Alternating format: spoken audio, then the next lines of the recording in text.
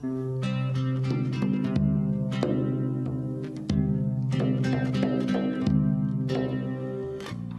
adam, bir kadın var içimde. İyice anladım.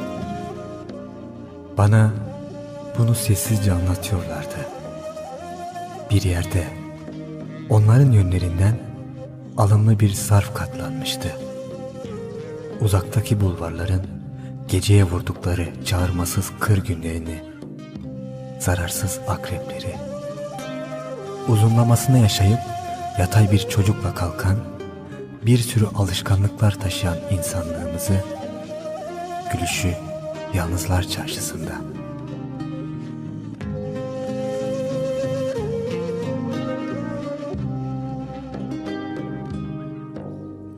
Çağrılmış gümüş seslerini aynadaki yüzlerin, başkası sevsin diye en seçkin yerine bir şal gezdirirdi. İnsanlığımıza bir şey getirirdi, yalnızlarla. Bir sen varsın hep. Saçların, ağzın, bir merdiven hücresinde uzak çağrışımlarla koşardın ya bensem. Seni sonsuz gelişinle saçından tanıyor, gülüşünden kaçıyor, eğilip başlarını içlerimden geçtiğin zaman uzağa, bir yolcuya karşı çıkar gibi.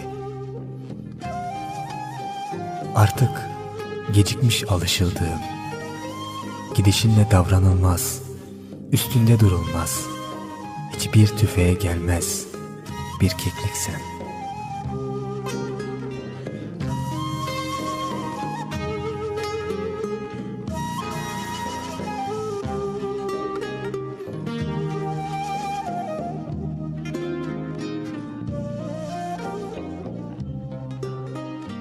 Yüzün soygundan geçmiş, öyle bir yerde durmuş ki bakışın, boynun bozgun, üstünden bir nehir geçer gibi. Ya gecedir ondan, ya bulanık sudan, bir hasta gibi ağrımaktasın. Gelişini aldım, onu nasıl harcadım. Denizden bunalıp okyanusa selam çakan vapurun, sevindik adımına, birden parka çekildik. Ve birden nasıl bayram bıyıklı bir yaylım, herkesin yaydığı bir merhabayla, eğip başını içlerimden gittiğin zaman, uzağa bir yolcuya çıkar gibi.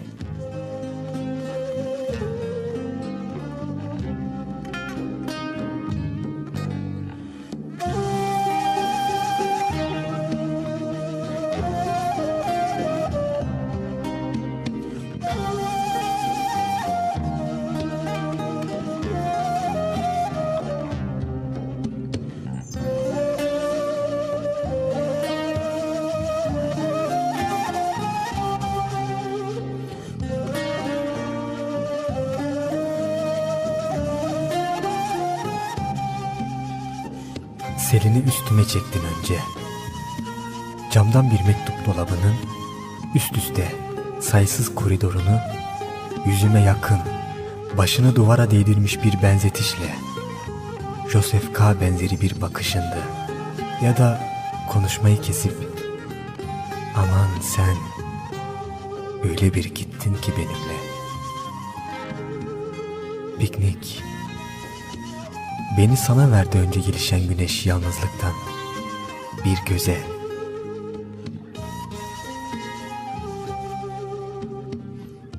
Eski, ellerin ve çağlarınla bir şeylere uzanmış etin ve hançerinle zamana saf durmuş son gidişindir bu. Bunların hepsi beni çağırıyorlar sevinçlerimden. Biri denizdir, uzun boylu gürültüsüyle. Zaten hangisi kavak zürafası değil. Biri bütün yan odaları bekler, kuşkulu geçer camlardan ve bırakır yerini bir koridor bekçisine.